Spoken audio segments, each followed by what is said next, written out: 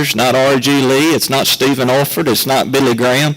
It is Jesus Christ. The living Word is the greatest proclaimer of the written Word. Jesus preached this message. What's his theme? What's his purpose as he preached this sermon? Well, Jesus is speaking to disciples.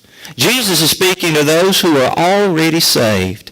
He's speaking about how you and I as Christians are to live, how the gospel is to impact our lives. What Jesus says in the Sermon on the Mount, the commands, the principles, we don't strive to keep these in order to be saved, in order to earn our salvation, but rather we strive to obey the Sermon on the Mount to demonstrate that we are saved. There is a big, big difference. Now that's the overall context. Now let's think about this sixth beatitude, verse 8. Blessed are the pure in heart, for they shall see God. The immediate context of verse 8 is actually Matthew chapter 5, verse 4.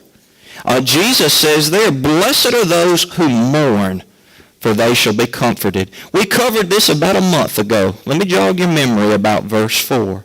Jesus speaks about those who see their sinfulness, their depravity, how they've broken God's law, how they fail to do that which is right, and actively do those things that are wrong. When they see that about themselves, they mourn, Jesus says. Well, verse 8 is built off of verse 4. When you recognize that you are a sinner, when you recognize that you have broken God's law, then you are going to strive for purity.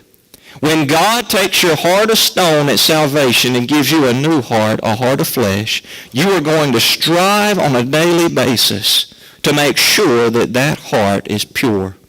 That is the life of a disciple. This morning we're going to be talking about the health of your heart. Brother Terry.